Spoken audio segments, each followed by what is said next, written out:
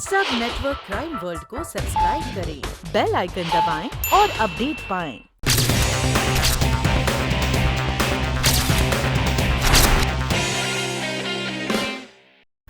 ये नट जिप्सी के टायर का नट है और टायरों की पोजीशन से पता चलता है कि उस जिप्सी के आगे का लेफ्ट साइड का पहिया पंक्चर हुआ था। इट मीन्स उस गाड़ी के आगे के लेफ्ट साइड के पहिए में सिर्फ 3 नट होंगे। वाह कर्नल भाई, कमाल हो गया। मतलब एक टायर में 3 नट वाली जिप्सी। डॉक्टर साहब जी, क्या आप मुझे बता सकते हैं ये कॉटेज किसका है? बिल्कुल, मुझे सिर्फ 2 मिनट का वक्त दीजिए।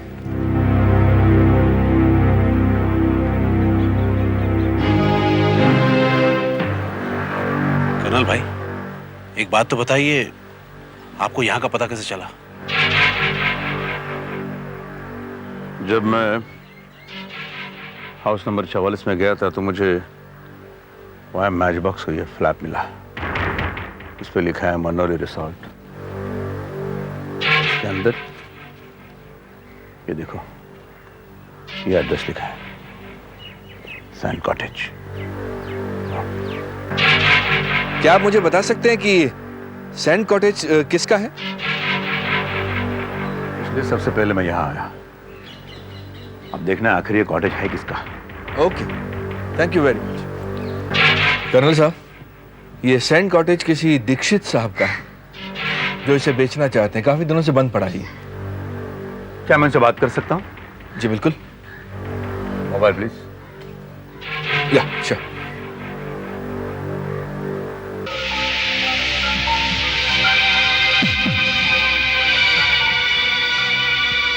क्या नंबर है उनका? 54327। हेलो, क्या मैं मिस्टर दीक्षित से बात कर सकता हूँ? ठीक है, थैंक यू। मिस्टर दीक्षित घर पर नहीं है। मैं यहाँ हूँ जी, मैं ही हूँ मिस्टर दीक्षित। लेकिन आप लोग कौन हैं और क्या चाहते हैं? मैं कर्नल परमवीर, यह इकबाल अटेला और यह इंस्पेक्टर दावर। कही कर्नल साहब, आप मुझसे क्या चाहते हैं? ये कॉटेज कब से खाली पड़ा है? यही 1-2 साल से खाली पड़ा है। दरअसल मैं इसे बेचना चाहता हूँ। अच्छा, इसकी चाबियां कितनी हैं? इसकी 2 चाबियां हैं, एक मेरे पास और एक मेरे ब्रोकर के पास। आपका ब्रोकर कौन है? मेरा ब्रोकर सुशांत बिहारी लाल।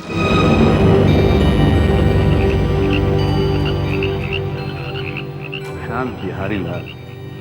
लेकिन आप ये सब मुझसे पूछ रहे हैं, आप लोग चाहते क्या हैं? इसलिए कि सुशांत बिहारी लाल का खून हो गया। क्या? हाँ, और कातिल ने आपके इस कॉटेज का इस्तेमाल भी किया है। हे भगवान। एक बात बताइए, पिछले कुछ दिनों में ये कॉटेज देखने या खरीदने कोई आया था? जी हाँ, कल ही राजेंद्र जी आए थे, लेकिन मेरे पास समय न होने के कारण मैंने उनको चाबी दे दी और उनसे कहा कि आप देख लीजिए। राजेंद्र जी कौन है? राजेंद्र जी सुशांत के ससुर। सुशांत के ससुर? तो फिर उन्होंने आपसे चाबियां क्यों ली? सुशांत से क्यों नहीं ली? दरअसल बात यह है कि सुशांत की और राजेंद्र की आपस में नहीं बनती। दोनों का बहुत ही नाजुक रिश्ता है और दुश्मनी उतनी ही गहरी। I see.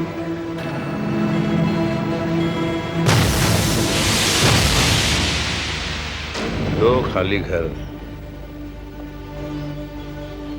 सन कॉटेज और हाउस नंबर 44, दोनों बिकाऊ। दोनों की चाबियां एक ही सिटीजन के पास, सुशांत बिहारी लाल। लेकिन इससे एक साबित क्या होता है कर्नल साहब? बहुत कुछ साबित हो सकता है।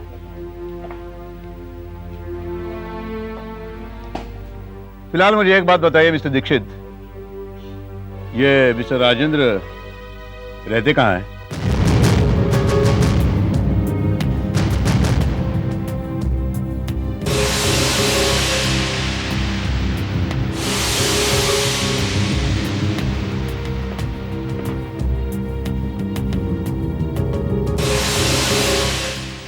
माय की प्लीज। ये लीजिए सर। राजेंद्र, ओ संपत, मैं कब से तुम्हारा इंतजार कर रहा हूं।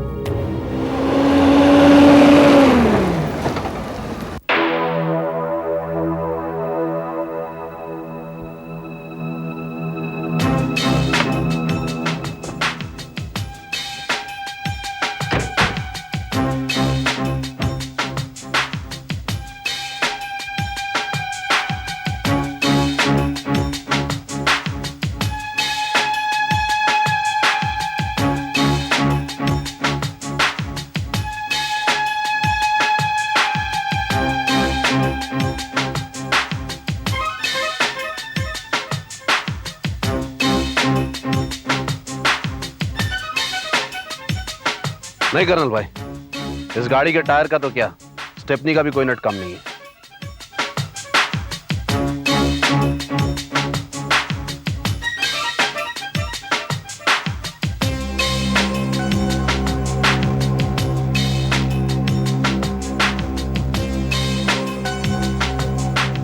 ये नट नया लगा हुआ है। बचवन, जी साहब। वो जिप्सी किसकी है?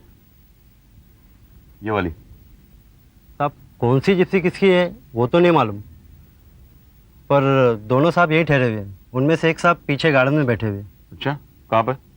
आइए मेरे साथ।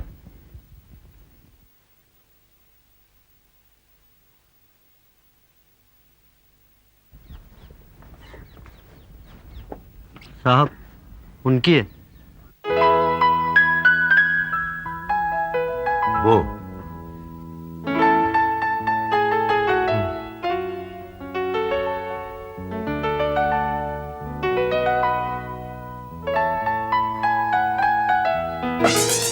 कर्नल, तुम यहाँ? यही सवाल मैं तुमसे पूछना चाहता हूँ। यूँ क्या है कि मुझे पता चला कि राजेंद्र यहाँ ठहरे हुए हैं, तो इनसे मिलने चला आया। इनसे मिलो, राजेंद्र सिकरवार, मौली के पिता, मेरे बहुत पुराने दोस्त हैं। हेलो। तुम लोग यहाँ क्या कर रहे हो? कातिल का कुछ पता चला? बस यूं समझ लीजिए कि कातिल हमारे सामने ही है।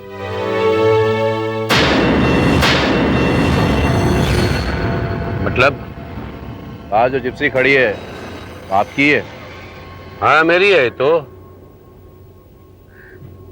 MFF 4362। नहीं, वो जिप्सी मेरी नहीं है। मेरी जिप्सी का नंबर MS021421 है। साहब वो दूसरी गाड़ी उस आदमी की है।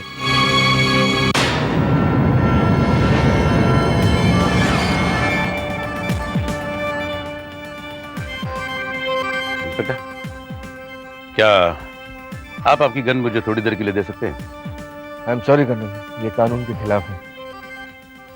हाँ, लेकिन एक काम कीजिए, अगर उसने भागने की कोशिश की तो उसके पैरों पर गोली चलाना।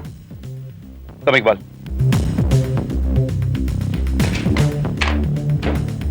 Excuse me. यस। वो बाहर जो जिप्सी खड़ेला है वो आपका है? अरे हिंदी समझ में नहीं आता है क्या? Hindi Hindi, not no. No Hindi.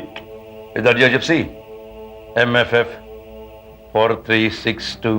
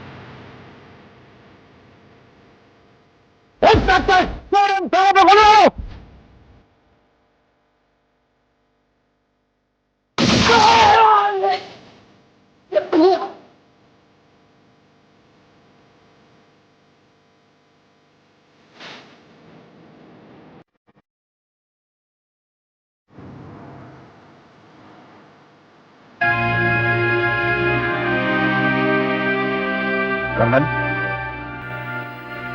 कौन था ये? सुशांत बिहारी का कातिल। तो सुशांत बिहारी लाल का कत्ल उस निग्रो ने किया था। ग्रेट। तुमने तो 24 के बजाय 16 घंटे में ही असली कातिल को ढूंढ निकाला और खुद को बेकसूर साबित कर दिया। Good, very good. नहीं मिस्टर सिन्हा, इंस्पेक्टर दावर की नजरों में मैं कानूनन बेकसूर साबित नहीं हुआ। इन्होंने मुझे खुद को बेकसूर साबित करने का मौका नहीं दिया। मैं बेकसूर तब साबित होता जब मैं उस निगरो को जिंदा पकड़कर आपके सामने पेश करता और वो अपना गुनाह आपके सामने कबूल करता। और ये इंस्पेक्टर, इन हालात में आप मुझे सुशांत बिहारीलाल के कत्ल के इल्जाम से बरी करने को तैयार हैं? I am very sorry sir, मुझे सेल्फ डिफेंस में उस पर अंधाधुंध गोलियां चलानी पड़ी।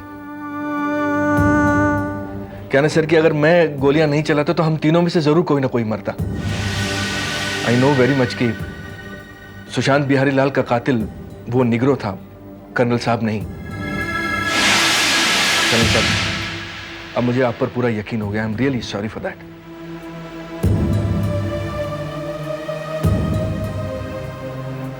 इंस्पेक्टर, आपको मुझ पर भरोसा हो गया, बहुत अच्छी बात होगी। लेकिन मेरे मन में एक संदेह है। मैं आपसे एक सवाल पूछना चाहता हूं। पूछिए ना प्लीज। मकान नंबर 44 में मेरे पहुंचने के तुरंत बाद आप वहां कैसे पहुंचे और आपको ये कैसे पता चला कि वहां खून हुआ है? कर्नल साहब, दरअसल मैं वहां से गुजर रहा था तो मैंने उस घर का दरवाजा खुला देखा तो मुझे शक हुआ और आप सीधे घर में घुस गए। किस बात का शक हुआ था आपको? क्योंकि सर मैं अच्छी तरह जानता था कि वो घर पिछले 2 सालों से बंद पड़ा है और उस घर को उस दिन मैंने जब खुला देखा तो मुझे लगा कि जरूर कुछ न कुछ गड़बड़ है सर। इंस्पेक्टर, वहां क्या गड़बड़ है ये आप पहले से अच्छी तरह से जानते थे। जी? मैं ये कहना चाहता हूं कि कातिल का असली शिकार सुशांत बिहारीलाल नहीं था। कर्नल भाई को कैसेट के अंदर आवाज रिकॉर्ड करके हाउस नंबर 44 तक पहुंचने के लिए किसने मजबूर किया था और क्यों? Yes, that is still a mystery. Sir, यह भी हो सकता है कि कातिल कर्नल साहब को सुशांत बिहारी लाल के कत्ल के इल्जाम में फंसाना चाहता हो। और यह भी हो सकता है कि कातिल मुझे मारना चाहता हो और वो इन सारे सवालों का जवाब दे न सके, इसलिए आपने उसे मार दिया। मैंने? इंस्पेक्टर, तुमने उस निग्रो को सिर्फ घायल कर गिरफ्तार क्यों नहीं किया? तुमने उसे मारा किस लिए?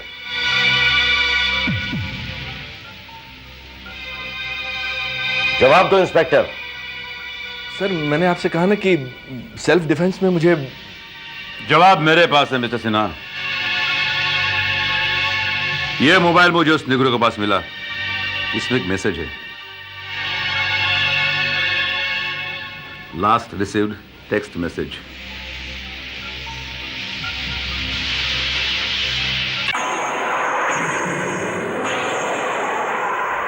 Not get lost. क्या मतलब है इसका? इसके 2 मतलब है। एक है बेवकूफ, यहां से भाग जाओ। और दूसरा मतलब यह है कि अपने गाड़ी के टायर के नट चेक करो, उसमें 1 नट कम है। और यह मैसेज जिस मोबाइल से आया उस मोबाइल का ये नंबर।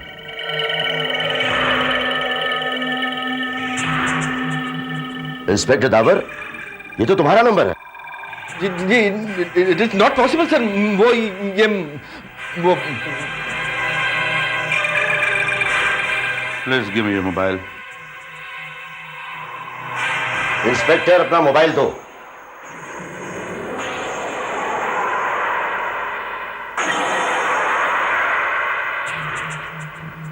और ये देखिए, लास्ट मैसेज सेंट। ये वही मैसेज है जो इस नंबर पे आया है और इस नंबर से इस नंबर पे ये मैसेज भेजा गया था। दावर, क्या है ये सब?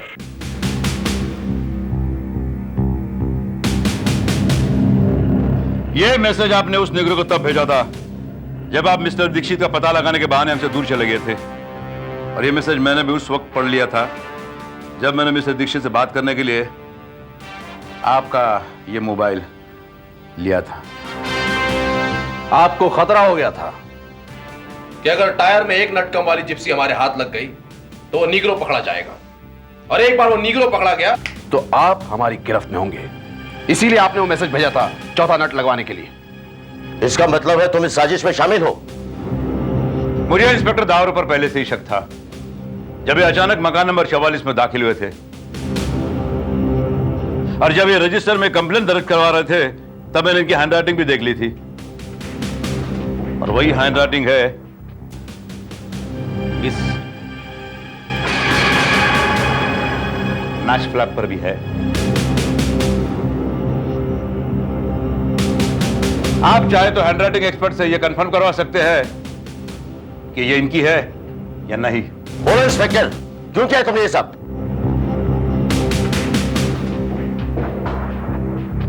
बोलो।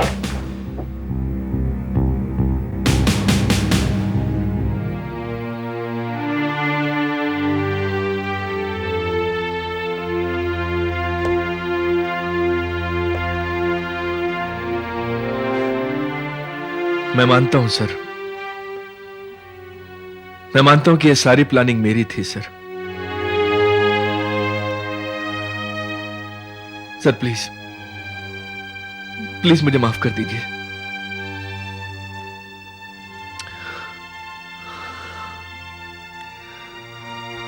सर दरअसल सच्चाई यह है कि कर्नल साहब जब कश्मीर में पोस्टेड थे तो उन्होंने हमारे पड़ोसी देश के एक खतरनाक आतंकवादी समीउल्लाह और उनके साथियों को मार गिराया था। बस उस दिन से वो गिरोह कर्नल साहब को जान से मारने की फिराक में लग गया। इस काम के लिए उन्होंने एक निगरोह को हायर किया। दरअसल वो निगरोह मनोली में कर्नल साहब को मारने के लिए आया था। वो मुझसे मिला और मुझे 10 लाख रुपए का लालच देकर उसने मुझे अपने प्लान में शामिल कर लिया। मैंने ही सैंड कॉटेज और हाउस नंबर 44 की डुप्लीकेट चाबियां बनाई और मैंने ही कर्नल साहब की गाड़ी के स्टूडियो में वो कैसेट लगाई, क्योंकि मैं अच्छी तरह जानता था कि कैसेट के इंस्ट्रक्शंस को सुनकर उसे चैलेंजिंग मानकर कर्नल साहब हाउस नंबर 44 में जरूर आएंगे और वहां पहले से ही मौजूद निगरों उन्हें जान से मार देगा। लेकिन बदकिस्मती से कर्नल साहब से पहले वहां सुशांत बिहारी लाल पहुंच गया और निगरों ने उसे गोली मार दी। मैं हाउस नंबर 44 में कर्नल साहब की लाश देखने के मकसद से वहां पहुंचा, लेकिन मैं वहां देखकर हैरान रह गया कि वहां सुशांत बिहारी लाल की लाश थी और कर्नल साहब मेरे सामने जिंदा खड़े थे। उसी वक्त मैंने अपने प्लान में तब्दीली की और कर्नल साहब को सुशांत बिहारी लाल के कत्ल के इल्जाम में फंसाने की चाल चली।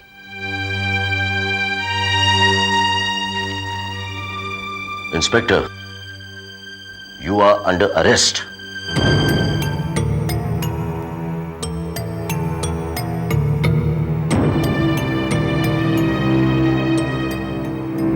मुझे अफसोस इस बात का नहीं कि तुमने मेरी जान लेने की कोशिश की। अफसोस इस बात का है कि सिर्फ 10 लाख के लिए तुमने अपना ईमान बेचा। अफसोस तो उसका भी है कि जिस देश में तुम पैदा हुए उस देश को तुमने कभी प्यार नहीं किया और जो वर्दी तुमने पहन रखी है